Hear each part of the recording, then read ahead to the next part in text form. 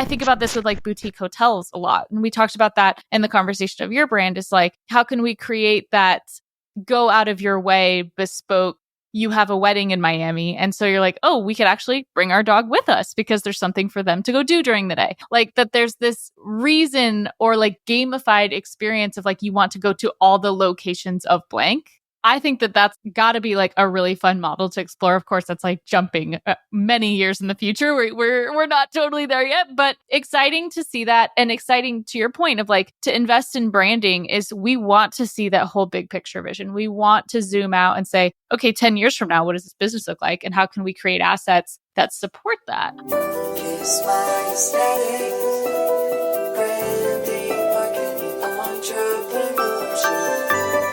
Greetings and welcome back to the Kiss My Aesthetic podcast. I'm so excited to have Tiffany on today. Welcome, Tiffany. Thank you so much for having me. Happy to be here. I know we were just chit-chatting. We were already getting into good, juicy stuff before we hit record. But for anyone who doesn't know you, can you tell us who you are, what you do, and tell us about your business baby? Absolutely. So I've been working on, as you mentioned, my business baby for over a year now, which is pretty crazy to think about. But the idea and what we're bringing to life is Salt Dog, which is a canine.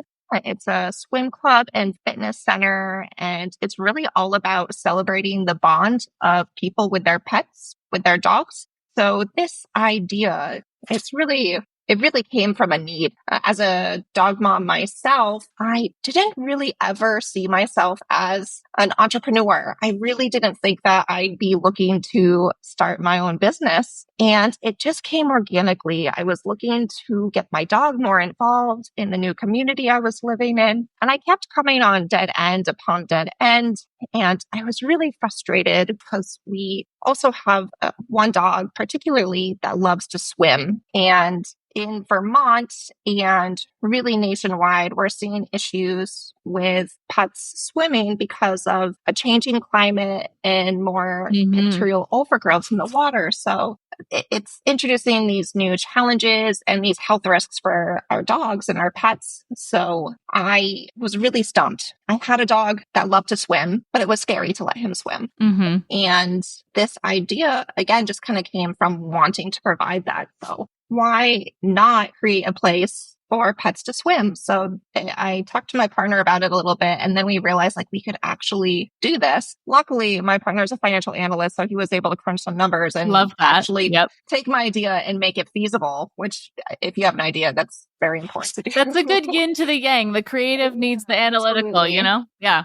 Nice. So again, just working with him, really coming up and looking at, okay, if we're going to have this space, we want it to be multifunctional. So what else can we do? What can we provide? And again, there's just a shortage of other services. Agility for one, some other training and specialty services. So really at Salt Dog, we'll focus on, again, celebrating that bond and creating like a communal space for you to bond with your dog. So there's swimming opportunities. You can host dog parties. We'll have a bone bar, specialty classes, and also some specialty retail, which I'm really excited to introduce down the line. Oh my gosh, I love all of it. When you filled out the contact form on our website, I screenshot it, I texted it to my family immediately, and I was like, dream project, hello. Because I grew up with dogs my whole life. We live in San Diego. We're between San Diego and Tahoe. They're always swimming. And to your point, ear infections and sand and like, just like they end up being there. They drink so much of the salt water at the beach and then they're like barfing. It's like, this can't be good.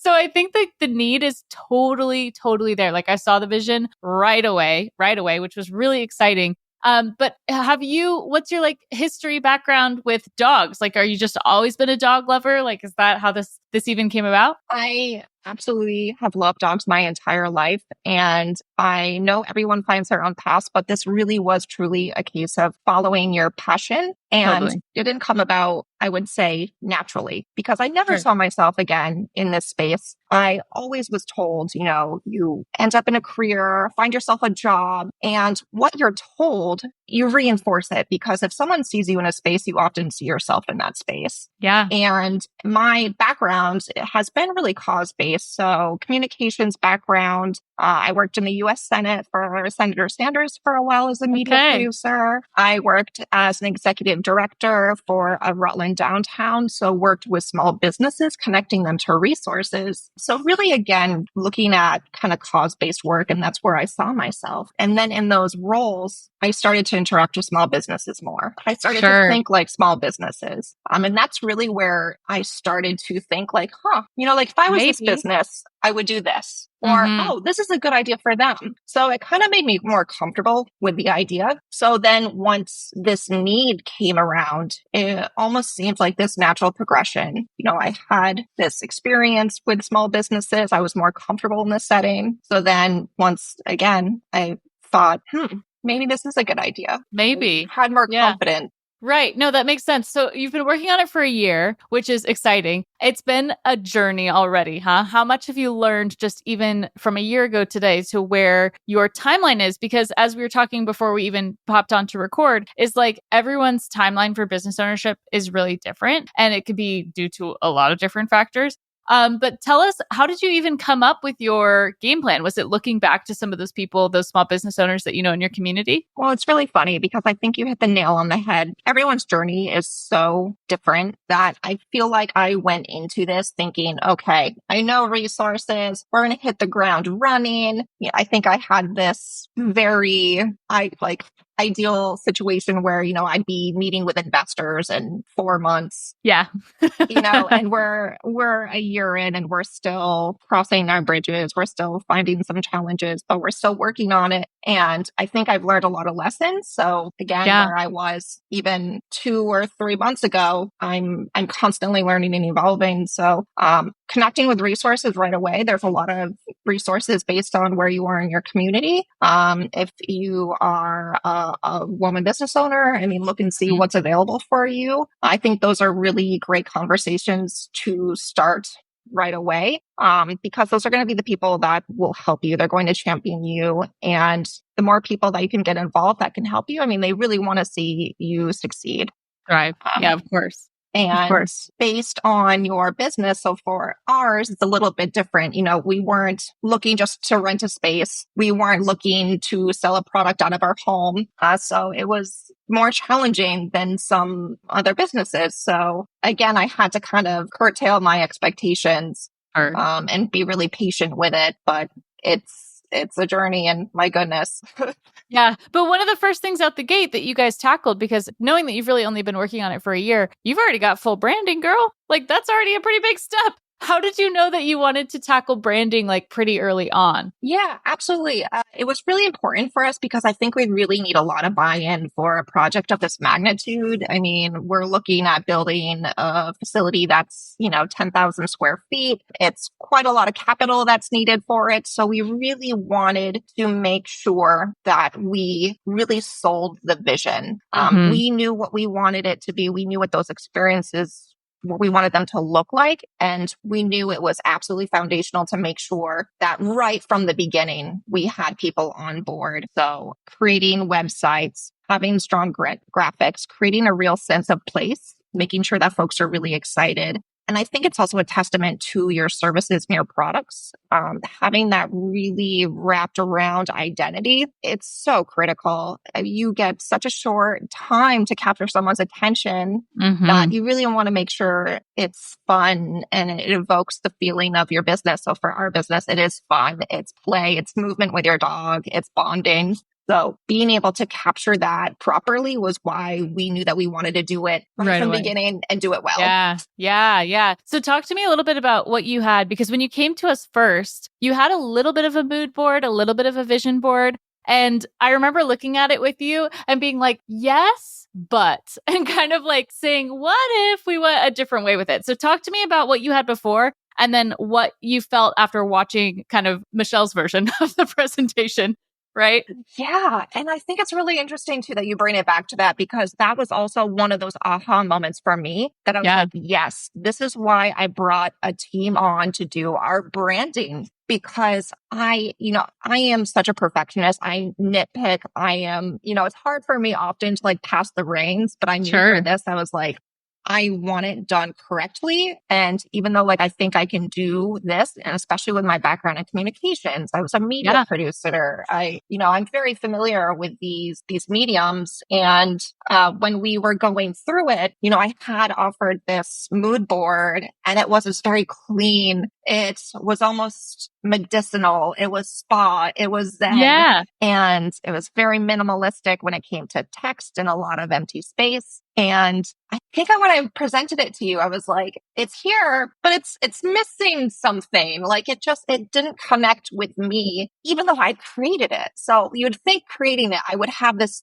tie to it, but I didn't. And then working with you, you were very upfront about it. And you were like, these words that you've used, you go through this exercise. It's really thorough exercise, which is really great. And you go through and you offer adjectives and you really evoke what the space is. And you kept coming back to it's fun, it's play, it's movement, and it didn't match the mood board. So working with you, we were able to really revamp it and bring in that play and that energy and almost that lightness that really was missing from the first iteration. Yeah, I think that's where I was putting myself, and I do this a lot with clients, and I'm sure I said this to you on our discovery call as well, is like when someone comes to me with an idea, I get kind of, do you remember the show That's So Raven? Where she sees a vision of the future? Like I could put myself there. And I just remember thinking like, if I were taking my dog to this place, like it would be the opposite of like quiet and chill.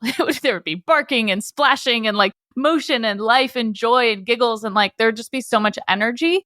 And also because you were pulling forward this like indoor pool, like the indoor pool being a really big part of it, I thought back to, okay, what about, and you're also like Northeast. So I'm like, ooh, like old school bathhouse, like you're still getting those natural textures, like bringing the outdoors in, but can we go into almost this like bathing costume, like stripes and retro and you guys seemed like you were into it. I was like, okay, we're going to go for it. And then the presentation, I think, really pulled that all together. Are there things that you remember from viewing the video presentation that stuck out to you as like, oh my gosh, I would have never thought of that? Yeah. I mean, I think right away, like you just separating, and I think that's one of the hurdles when you're really, really close to a project. Like I wasn't able to kind of step back and look at it from a different perspective, and having that approach to it, it really helps. And I think again, like leaning back a little bit and trusting, the experts in the field. I mean, it really helped us think about Salt Dog to where it really can be. And one of the nice things about Salt Dog is we do want to have multiple locations. We really want to bring this to different communities. So being able to have those features that you can replicate across. So that you're in a Salt Dog facility,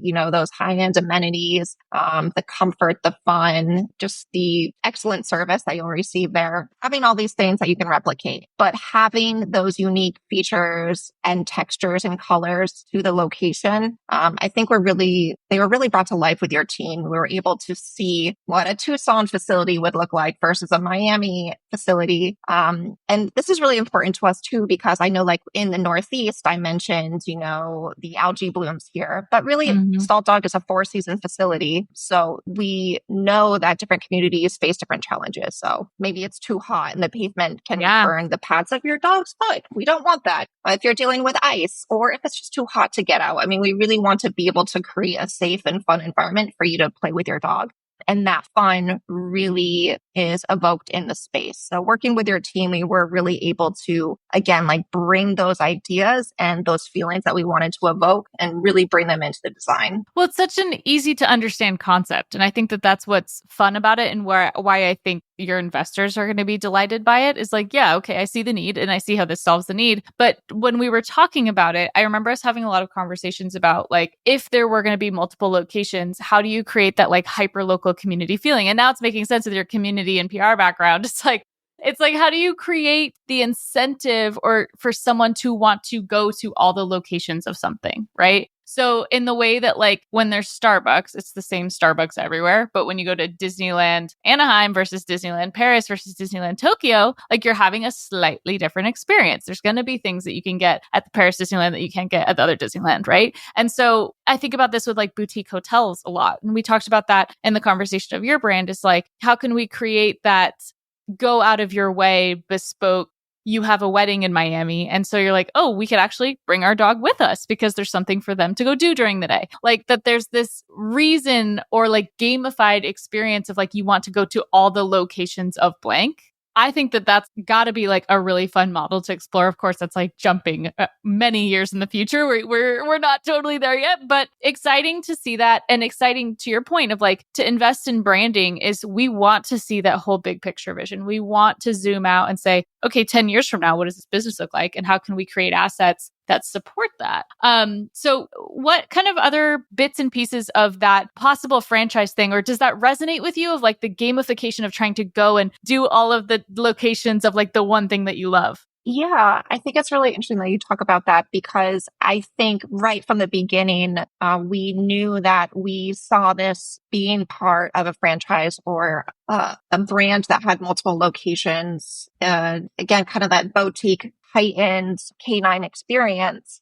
And when we started reaching out, like we've already been working with an architecture and design firm in Vermont, 2X Collins. They've been really great. They've brought our designs to life and we've been working on them through all steps of the project. We were clear from the beginning that our intention was to have multiple facilities. And I think that was really important for us to bring up from the beginning because we knew that we wanted something that we could replicate. So when we looked into the design and the locations, we're keeping that in mind. And it could be putting the cart in front of the horse. But for me, if you're going to dream, dream big. If I'm going to look at the big picture, like what are my end goals? My end goals is to bring this to different communities because again, it's taking what's in the community and giving kind of that next level offering. So again, those kind of boutique, really like curated experiences. And we've visited some facilities like out west for inspiration. And when we're traveling, it's just reinforcing it for us that we think these communities would really appreciate and would really use a facility like Salt Dog.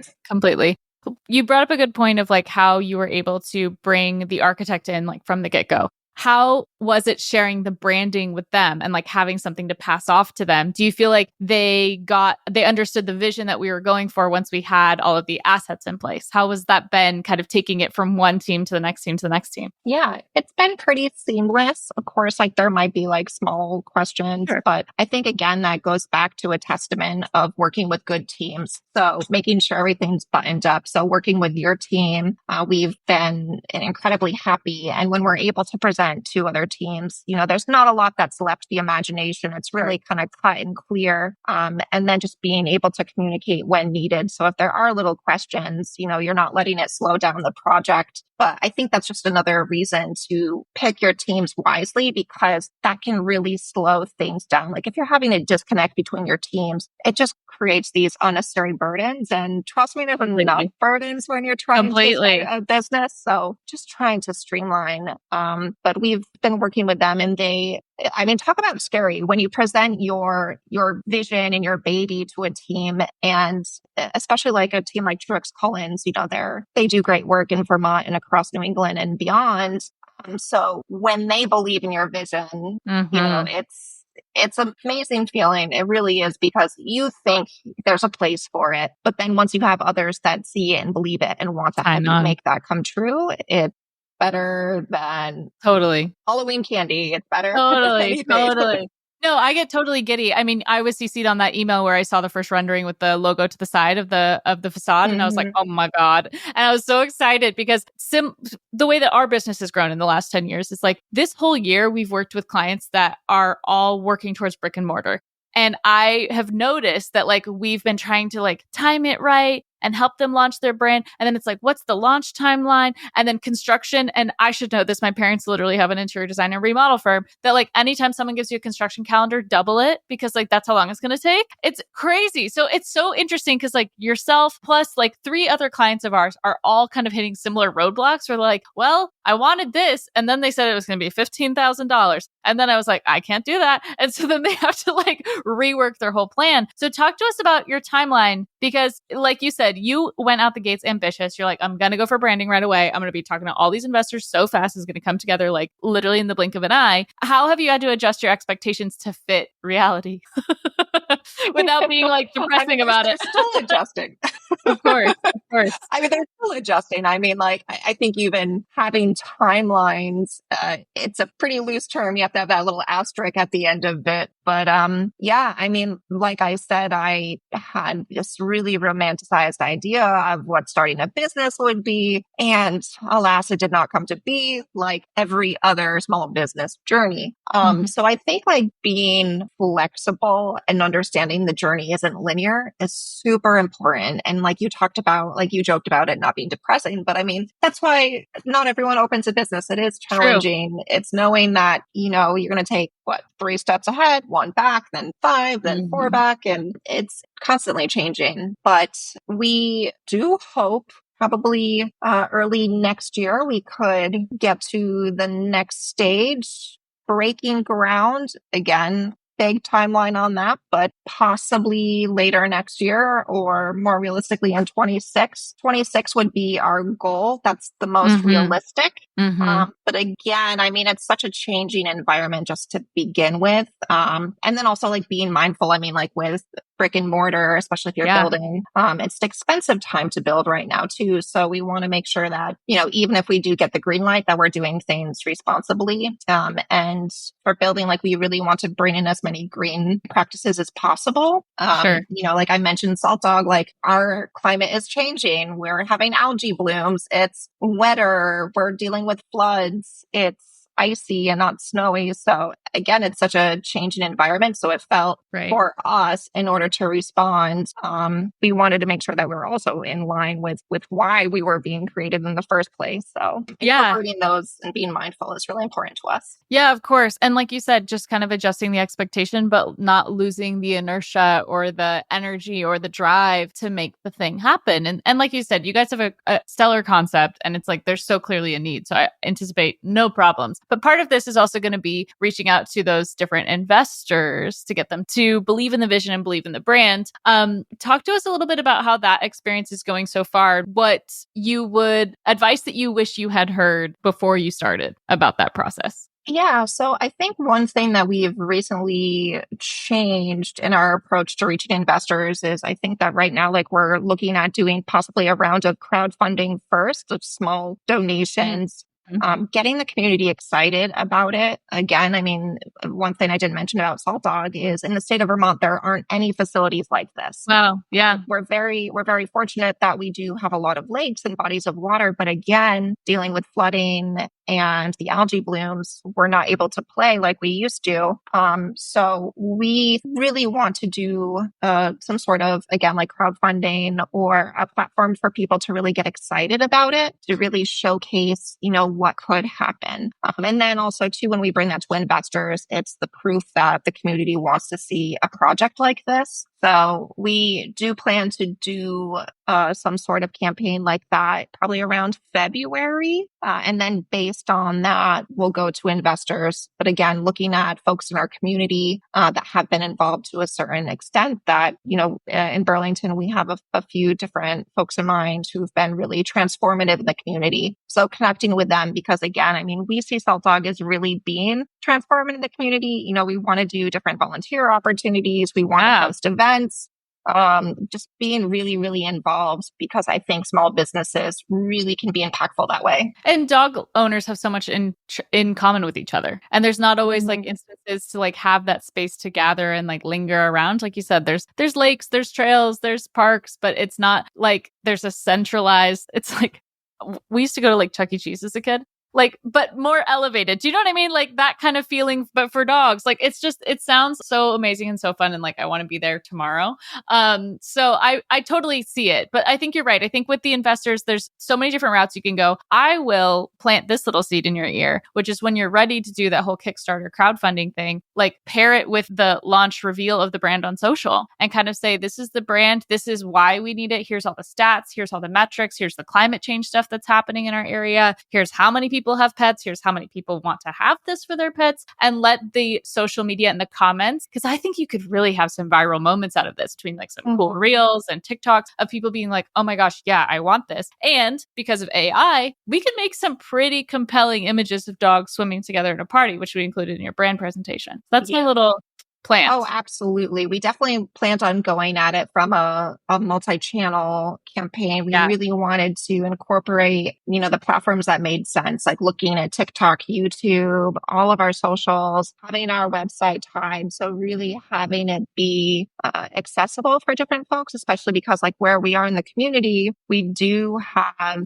different target markets. We want to make sure we're meeting them where they're at. Mm-hmm. And again, really showing this could be here. This could be you. This could be Mm-hmm. your pet having a great time. And going back to like offering a space for people, that's absolutely what we want to do at Salt Dog.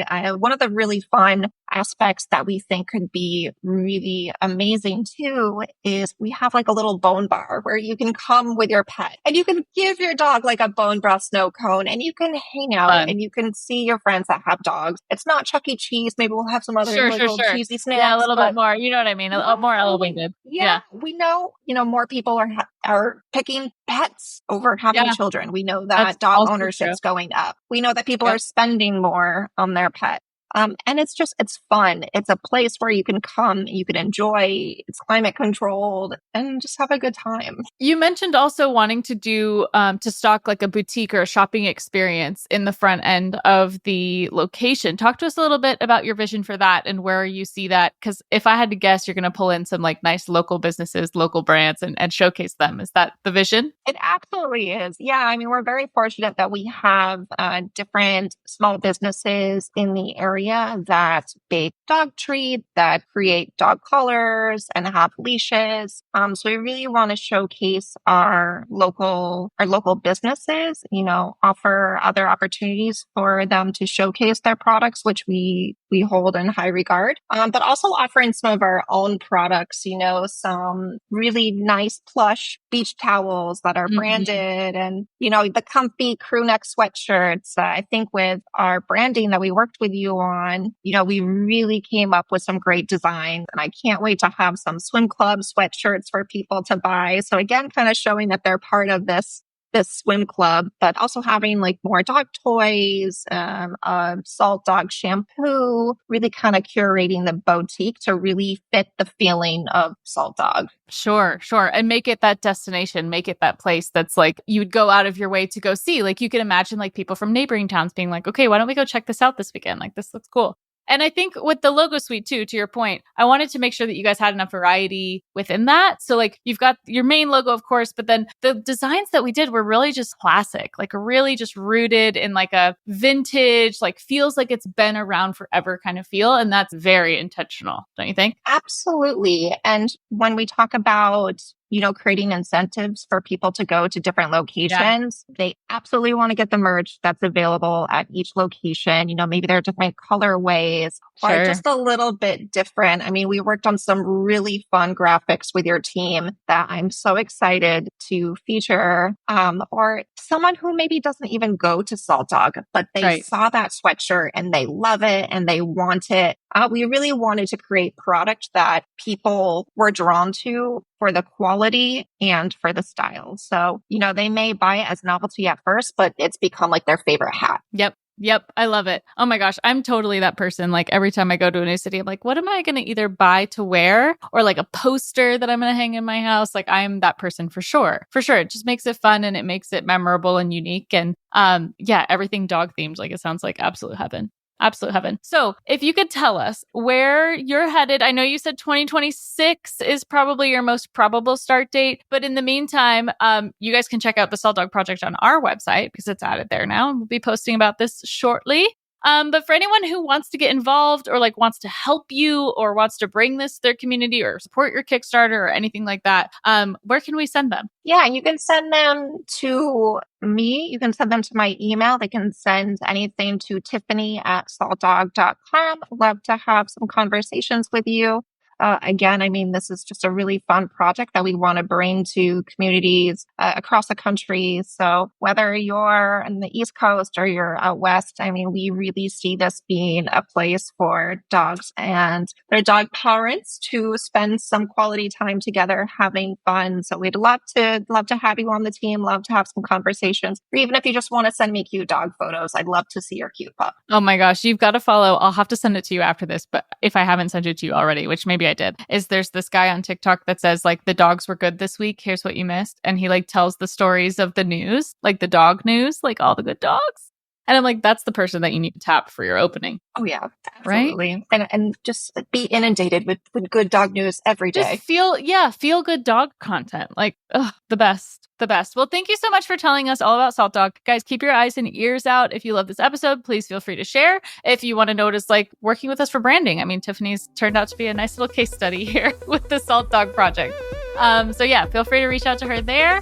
And thanks so much for listening. We'll catch you next time. Thanks, Tiffany. Thank you See so ya. much. It's been a pleasure. Bye. Bye.